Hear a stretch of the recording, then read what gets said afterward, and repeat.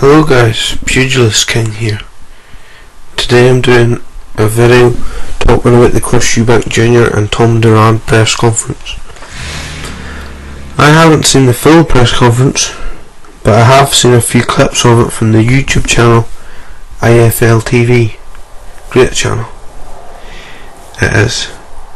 Mostly clips of Eubank Sr.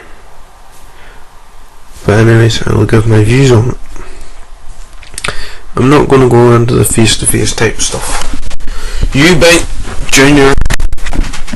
always looks like he doesn't want to be there. He usually looks quite bored at the press conferences. And I don't say that to bash Eubank Jr. Press conferences probably are boring for the fighters and even for the likes of Eddie Hearn, but I'm not going to go off too much about it. One thing I've noticed, and I think everyone else has noticed, is Eubank Jr. and Sr. keep bringing up Gennady Golovkin's name in the scene. This isn't a good sign. I've seen fighters do this before. They take their eye off the ball and don't focus on the current opponent in front of them. If the Eubanks take their eye off the ball too much and not focus on Tom Duran, then he could potentially lose this fight.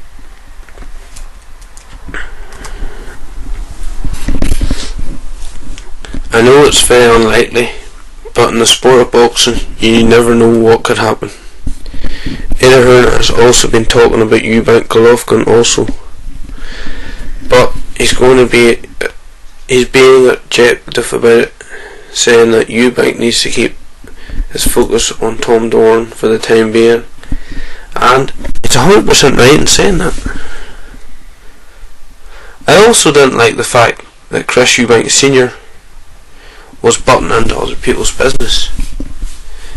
And I'm not saying this to get at Eubank Sr. or attack Eubank Sr. I like Chris Eubank Sr. and I also like when there's controversy in boxing. Boxing needs controversy, and Chris Eubank Sr. was able to create controversy back in the 90s when he fought Nigel Benn. And I'm sure his son might be able to do the same if he gets a rematch with Billy Joe Saunders. But Chris Eubank Sr. has no business talking about Dave Coldwell and Conor Benn in the fashion in which he did.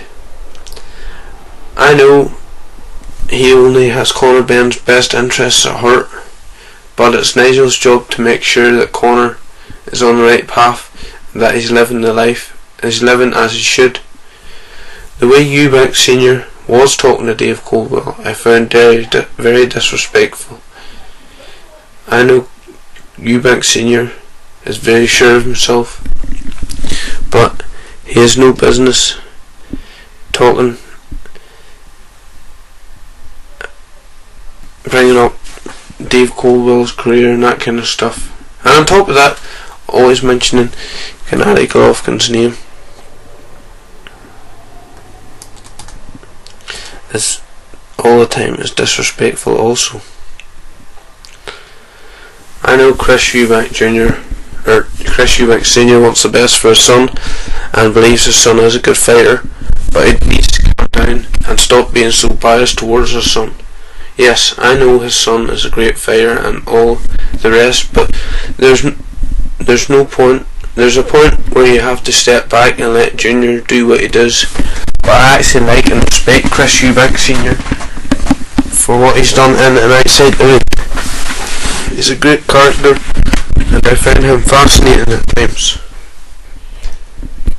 Going back to what I said earlier about Eubank taking his eye off the ball, even though he is kind of looking past this fight, it will probably be an easy enough fight.